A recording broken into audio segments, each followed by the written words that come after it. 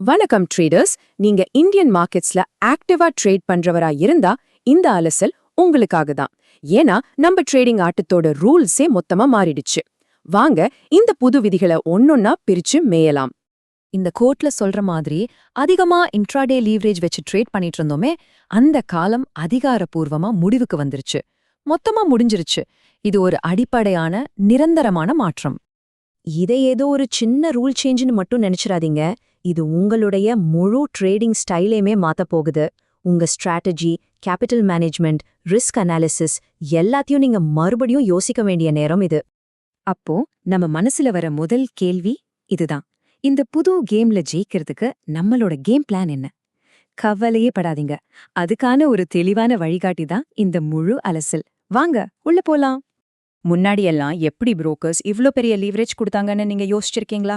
விஷயம் ரொம்ப சிம்பிள். அவங்க மார்ஜினை நாள் கடைசியில மட்டும்தான் செக் பண்ணாங்க.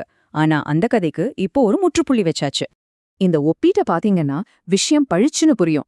பழைய யூஓடி சிஸ்டமுக்கும் இப்போ இருக்கிற இன்ட்ராடி ஸ்னாப்ஷாட் சிஸ்டமுக்கும் மலைக்கும் மடுவுக்குமான வித்தியாசம் இருக்கு. அதாவது காலையில ஒரு பெரிய பொசிஷன் எடுத்துட்டு சாயங்காலம் க்ளோஸ் பண்ணிடலாங்கிற கணக்கு இனிமேல் வேலைக்கு ஆகாது. சரி, இப்ப நாம எல்லாருமே கண்டிப்பா தெரிஞ்சுக்க வேண்டிய அந்த 4 முக்கியமான புது விதிகளை பத்தி பார்க்கலாம். Peak margin. இந்த வார்த்தைய நல்லா மனசுல பதிய வச்சுக்கோங்க. இதுதான் இந்த புது உலகத்தோட மையம். சிம்பிளா சொல்லணும்னா, ட்ரேடிங் நடக்கும்போது எந்த நேரத்துல வேணும்னாலும் உங்க ஓபன் பொசிஷனுக்கு தேவைப்படக்கூடிய அதிகபட்ச மார்ஜின். இது ஏன் இவ்ளோ பெரிய விஷயம்னு இப்போ புரியும் பாருங்க.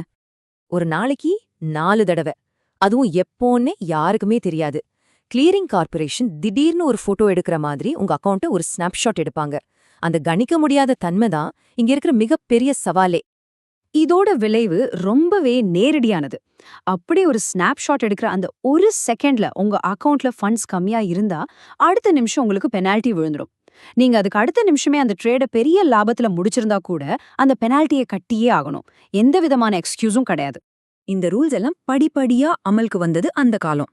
இப்போ 100% ஒரு ட்ரேடை நீங்க ஆரம்பிக்கிறதுக்கு முன்னாடியே அதுக்கு தேவையான முழு மார்ஜினும் உங்க அக்கவுண்ட்ல இருந்தே ஆகணும். இதுல எந்த விதமான சலுகையும் கிடையாது. பீரியட்.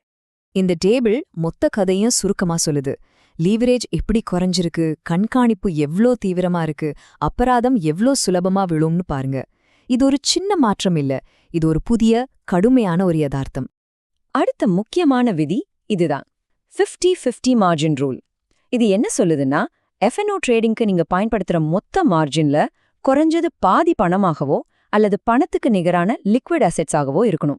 அதாவது இனிமே உங்க போர்ட்ஃபோலியோல இருக்கிற பங்குகளை மட்டும் வச்சுக்கிட்டு ட்ரேட் பண்ண முடியாது. இந்த சார்ட்டை பாருங்க. உங்க மார்ஜின் ஃபண்ட்ஸை இனிமே இப்படிதான் பிரிக்கணும். ஒரு பாதி கேஷ் அல்லது லிக்விட் ஃபண்ட்ஸ் மாதிரி உடனடியா பணமாக்கக்கூடியதா இருக்கணும். மீதி பாதியை நீங்க பங்குகளை பிளெட்ஜ் பண்ணி யூஸ் பண்ணிக்கலாம். ஆனா அந்த கேஷ் காம்போனன்ட் ரொம்ப முக்கியம். இதுவரைக்கும் நாம விதிகளை பத்தி பார்த்தோம். இப்போ இந்த விதிகள்னால வர்த்தகர்களுக்கு, குறிப்பா நிஃப்டி, பேங்க் நிஃப்டி ட்ரேடர்களுக்கு தெரியாமலேயே வர்ற சில ஆபத்தான பொறிகளை பத்தி பாப்போம். இது ரொம்ப முக்கியமான பகுதி. கவனமா கேளுங்க. இத கொஞ்சம் கவனமா பாருங்க. இத நிறைய பேர் செய்யற ஒரு பெரிய தப்பு.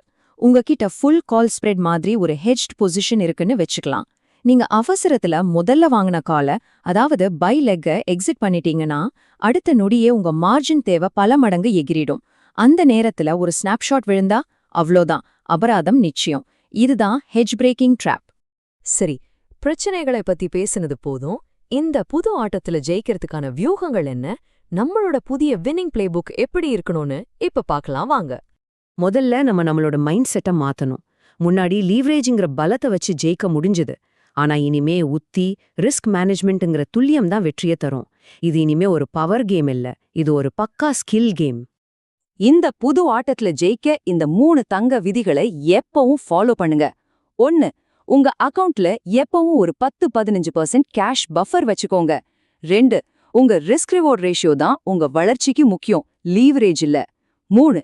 ஹெட்ஜ்டு பொசிஷன்லேருந்து வெளியே வரும்போது முதல்ல வித்த கால, அதாவது செல் லெக க்ளோஸ் பண்ணுங்க.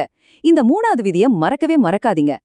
இந்த மேற்கோள எல்லாத்தையும் ஒரே வரியில சொல்லுது. இனிமே வெற்றிங்கிறத உங்களுக்கு எவ்வளவு லீவரேஜ் கிடைக்குதுங்கிறத பொறுத்து இல்ல, உங்ககிட்ட இருக்கிற பணத்தை நீங்க எவ்வளவு திறமையா பயன்படுத்துறீங்கிறத பொறுத்து தான் இருக்கு. கேபிட்டல் எஃபிஷியன்சி தான் இப்போ கிங். சரி, இப்ப நாம கடைசி கட்டத்துக்கு வந்தாச்சு.